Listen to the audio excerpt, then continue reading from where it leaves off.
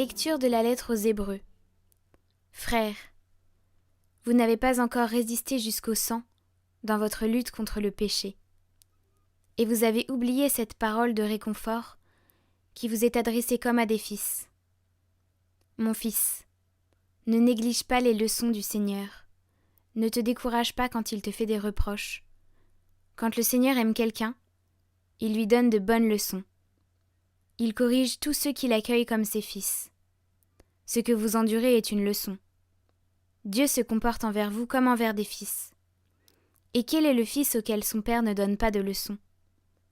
Quand on vient de recevoir une leçon, on n'éprouve pas de la joie, mais plutôt de la tristesse. Mais plus tard, quand on s'est repris grâce à la leçon, celle-ci produit un fruit de paix et de justice. C'est pourquoi, redressez les mains inertes et les genoux qui fléchissent, et rendez droit pour vos pieds les sentiers tortueux. Ainsi, celui qui boite ne se fera pas d'entorse, bien plus il sera guéri.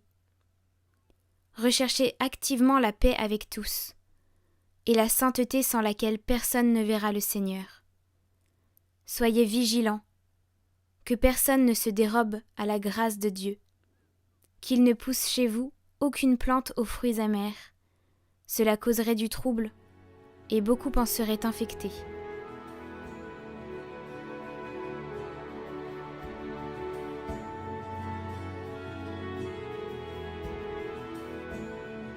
L'amour du Seigneur sur ceux qui le craignent est de toujours à toujours.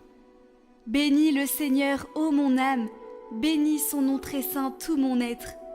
Bénis le Seigneur, ô mon âme, n'oublie aucun de ses bienfaits.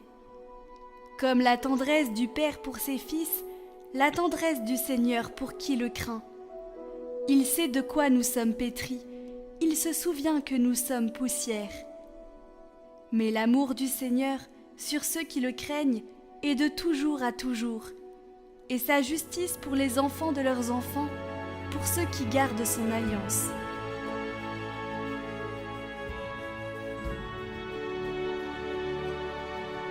Évangile de Jésus-Christ selon saint Marc. En ce temps-là, Jésus se rendit dans son lieu d'origine et ses disciples le suivirent.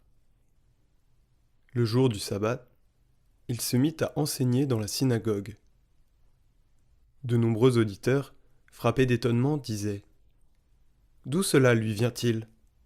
Quelle est cette sagesse qui lui a été donnée, et ces grands miracles qui se réalisent par ses mains ? N'est-il pas le charpentier, le fils de Marie, et le frère de Jacques, de José, de Jude et de Simon ?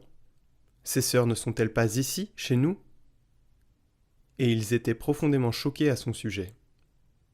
Jésus leur disait « Un prophète n'est méprisé que dans son pays, sa parenté et sa maison. » Et là, il ne pouvait accomplir aucun miracle. Il guérit seulement quelques malades en leur imposant les mains, et il s'étonna de leur manque de foi. Alors Jésus parcourait les villages d'alentour en enseignant.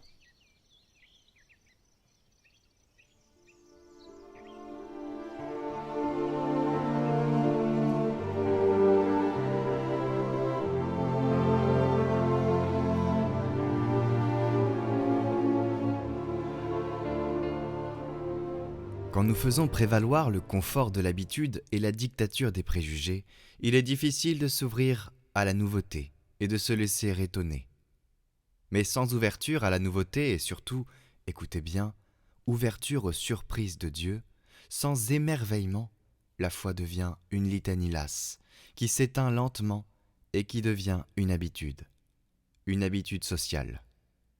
J'ai dit un mot, l'émerveillement. Qu'est-ce que l'émerveillement ? L'émerveillement est précisément ce qui arrive dans la rencontre avec Dieu. J'ai rencontré le Seigneur. Lisons l'Évangile. Souvent, les personnes qui rencontrent Jésus et le reconnaissent ressentent l'émerveillement.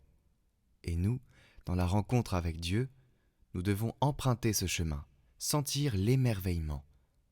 C'est comme le certificat de garantie que cette rencontre est vraie, qu'elle n'est pas routinière.